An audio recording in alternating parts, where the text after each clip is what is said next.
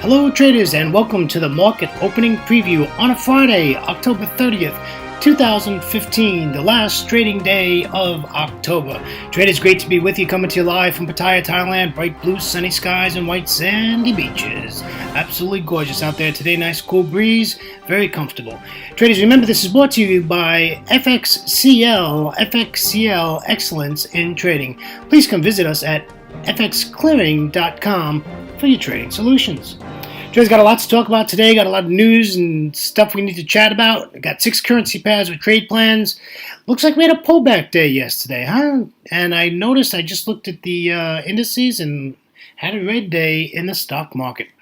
All right, before we get started, let me introduce myself to you. My name is William Gilday, and I'm your moderator for the market opening preview series every single trading day before the London Open. Traders, I do record this during the Asia session, so if my charts look different than yours, that's probably because there's probably a 3 or 4 hour difference when you go to your charts.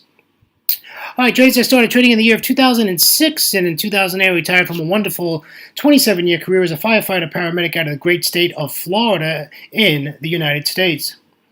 Traders, I trade the Forex market every single day. I'm a technician. I look at price action, price structure, candlestick patterns, support resistance, harmonics, Fibonacci, put that all together, and fundamentals, which is so important in our trading today. Remember that we're macro traders. We trade the globe. We don't just trade one currency pair. We need to know what's going on around the globe because it affects all of us. All right, that's just a little bit about myself. Not too much today to talk about me, other than just remember it is the last trading day of the month, so we might get a lot of position squaring, a lot of big hedge funders and stuff like that closing their books out for the month. I would think they probably started that yesterday, but it's going to be interesting to see. And we have data today, which is going to make it an interesting trading day. All right, let's get the legal stuff out of the way. This is our risk disclaimer. Forex trading has a large potential rewards, but also a large potential of risk. You must be aware of the risks and be willing to accept them in order to invest in the Forex market. Most importantly, traders, please do not trade with money you cannot afford to lose. Traders, if you're trading your mortgage money or your car payment, please open a demo account, and you can always do that at fxclearing.com. Traders, always remember that past performance of any trading system or methodology is not necessarily indicative of future results. All right, let's head on over to news and commentary. First thing I want to talk about is what we have coming up in the economic calendar today. Already today, we had out of New Zealand, we had medium impact building consents came out today, and it was a bad number. Their forecast was 0.2 when it came out at negative 5.7, so a really bad number out of New Zealand today. And that is out already, and you'll see that chart in just a little bit. Also, we had out today was Tokyo's core CPI. They were expecting negative 0.1, came out at negative 0.2, so that was a red number. That wasn't too good. These are medium impact news events, but I just think that it's important that we all get a look at what's going on. I used to just do high impact, but I'm noticing that we're getting a lot of stuff going on, and we need to pay attention to that. All right, so we did have some PPI out of the Aussie, and there was no forecast. It came out okay at 1.7, and let's see what else we get going on here. All right, let's see. We have a BOJ press conference out of the yen 1/2 hour before the London Open.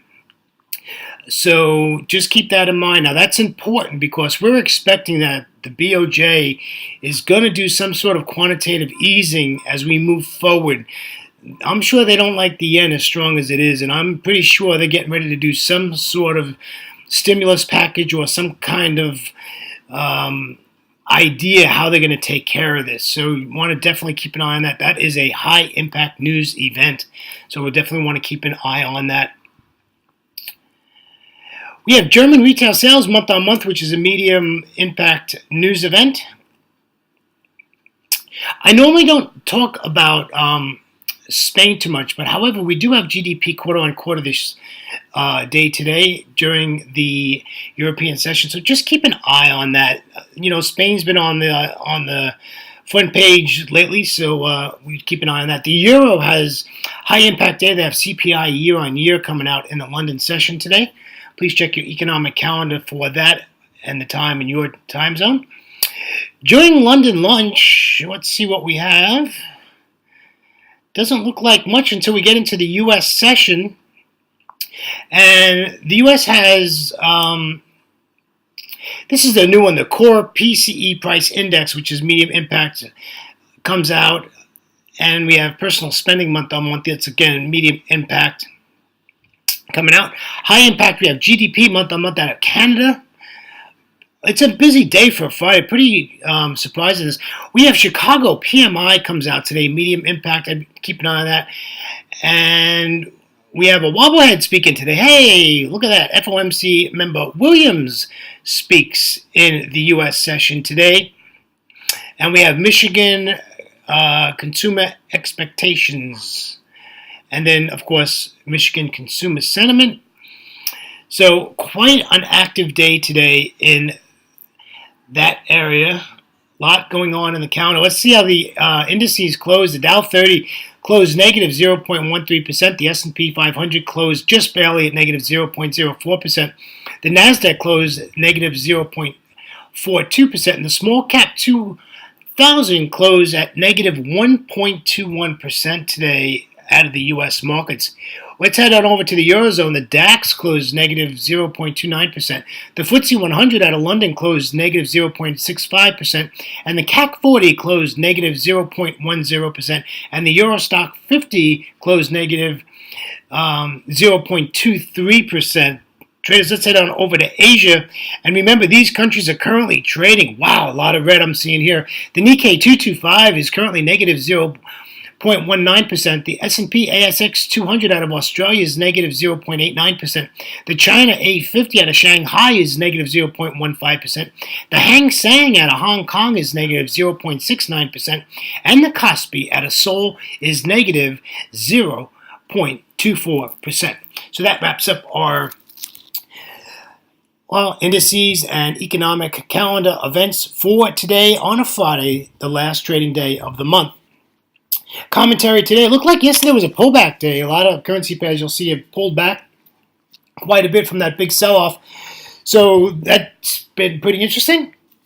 And I think we're just going to continue the trend today. We have a lot of data releases today, and like I said, I normally don't talk about medium impact data. However, today we have so many medium impact data today that we're going to have to keep a really good eye on that and watch as that data comes out today. If you're in any trades, make sure you get to break even as soon as possible and use an intelligent stop. And I wish you a great weekend, and I hope you enjoy your weekend break after a very long trading day ahead. Being in Asia, I'm able to trade all 3 trading sessions. I only trade about 3 hours into New York, and that gets me up to about 11:30 p.m. So I start my morning at 6 and I'm finished at 11. It's a long day. No, I don't sit in front of my charts that long, folks. I do get breaks, and I do get away from my desk for 2.5 hours here, an hour there. So it's not all together, but I do spend a lot of time, and I always have the iPhone 6 with my charts and my alerts. Everything comes to my phone. So always in contact with what's going on.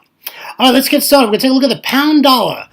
Look at this pullback on this pound dollar we had. Remember, these are 30-minute charts, meaning every candle on the chart is 30 minutes in duration. We have crossed over the 200 exponential moving average. However, my bias is dollar strength, folks. I can't see this heading up much farther, and it looks like the last candle closes a doji. So I'd like to see this get back down below the 200, give us a retest, and we'd like to enter this trade at 1.5311. Take it down to support at 1.5273 and get out.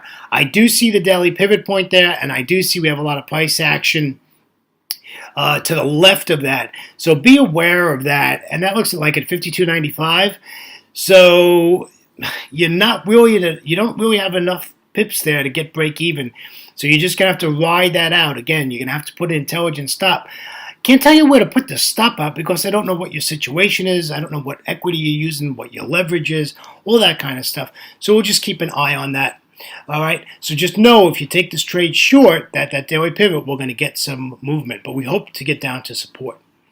All right, let's take a look at the euro dollar. The euro dollar, nice pullback Yesterday we're at a perfect entry spot right at the point right now, as we are at the S2 pivot, and that's at 1.0998. We'd love to take this back down. It's retested that already. We have a red candle. This is a prime spot to possibly enter this trade. I just keep an eye on it. I probably wait a couple of hours and then do that. Maybe 3 hours before the London Open, we might be able to get an entry into here and take this down to 1.0928, which is support, and it's a strong support. Look at left of the chart, my friends.